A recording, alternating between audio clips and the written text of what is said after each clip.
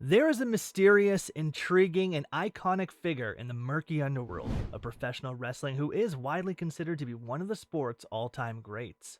With an eerie presence and an unmatched aura, this towering figure is known as the Phenom and the Deadman, but we know him as the Undertaker. Hello and welcome to our YouTube channel. Today, we are going to talk about 10 things you did not know about the Undertaker. So without further ado, let's get started. Number 10. He once defeated himself at SummerSlam. Due to The Undertaker's back problems in the early 1990s, Ted DiBiase introduced a lookalike following WrestleMania 10. WWE fans made fun of this impersonator played by Brian Lee by dubbing him the Underfaker, while the real Undertaker was away. However, the original Phenom returned victorious in 1994, laying the groundwork for a remarkable and unsettling plot development. The fight between the two Undertakers captivated audiences around the world and shed new light on the Deadman's mysterious character. The Undertaker's status as one of the most fascinating figures in wrestling history was cemented by this riveting story of duplicity and mystery.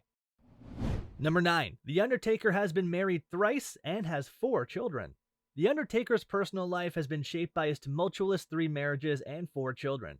He was married to Jordy Lynn from 1989 until 1999. During that time, they had a son named Gunnar Vincent. His second wife, Sarah, became involved in a dispute with another wrestler, which added an interesting twist to their story. They had 2 daughters together. Their names were Chasey and Gracie. After dating fellow wrestler Michelle McCool for a while, The Undertaker finally married her in 2010. Their love resulted in the birth of their daughter, Kaya Faith Calloway, on August 29, 2012. The Undertaker's life as a family man, despite its difficulties, is an inspiring account of love, perseverance, and development. Number 8. His real estate business. The Undertaker, like many other wrestlers, has diversified his holdings and kept himself occupied outside of wrestling by starting a side business. In 2007, he made the astute decision to invest some of his riches in a real estate firm with his partner Scott Everhart, despite being one of the most successful wrestlers of all time. They joined up to create the Callahart in lovely Loveland, Colorado. The name is a brilliant combination of their surnames. The Undertaker was able to use his entrepreneurial drive and leave a mark on the world outside professional wrestling with this endeavor.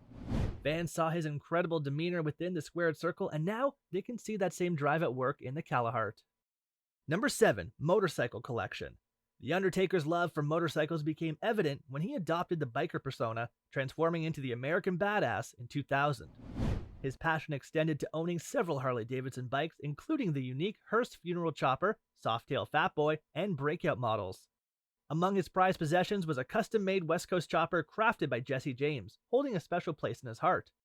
However, what many are unaware of is that the Undertaker generously donated this cherished motorcycle to the winner of a spur raffle sponsored by the Lake Hills Church in 2013. The raffle's proceeds were dedicated to supporting America's Mighty Warriors and the Spur Compassion Ministries, showcasing the Deadman's philanthropic spirit alongside his passion for motorcycles.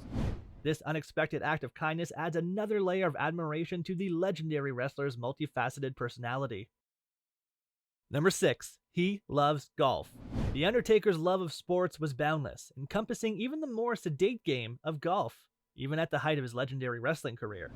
The Deadman can now devote all of his attention to his passion for the game now that he is retired. Undertaker admitted that he was not a professional golfer, but he still enjoyed his time on the greens. Despite his hectic schedule of choking out opponents, he still managed to squeeze in some rounds of golf. Booker T, another wrestling star, has participated in multiple golf matches with the Phenom and can attest to this firsthand. Booker T claims that his rounds of golf with The Undertaker were wonderful examples of the friendship and enjoyment that the wrestler and golfer shared. Number 5. His favorite band is Metallica. The Undertaker has always enjoyed a wide variety of music, but he has shown a strong preference for Metallica, especially during his workouts.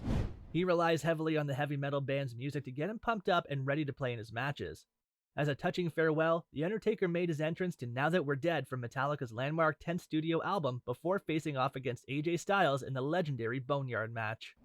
Metallica's eerie songs captured the spirit of the Deadman's legend and brought the epic showdown to new heights. The Undertaker and Metallica have such a potent chemistry that long after he is retired, his influence will be felt across the wrestling and music industries.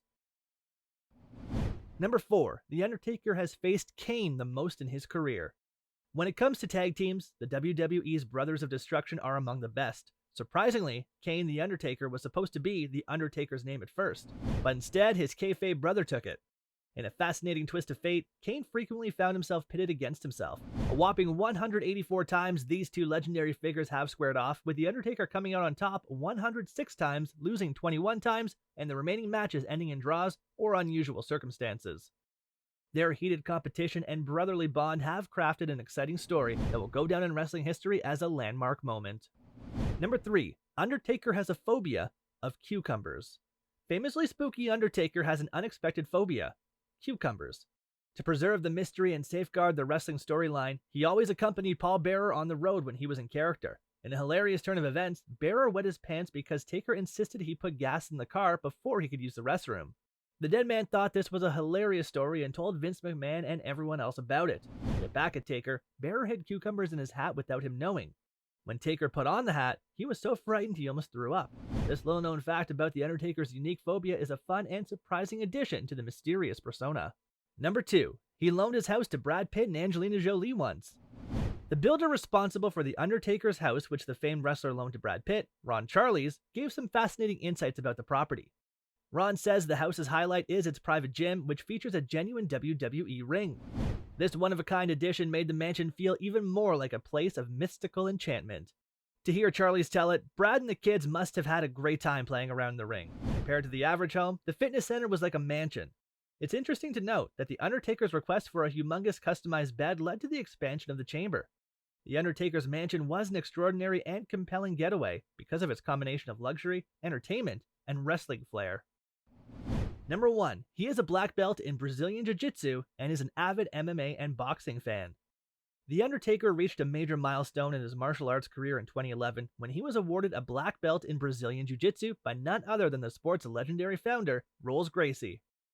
He wasn't only a wrestling fan, he regularly attended UFC events and mingled with the mixed martial arts community.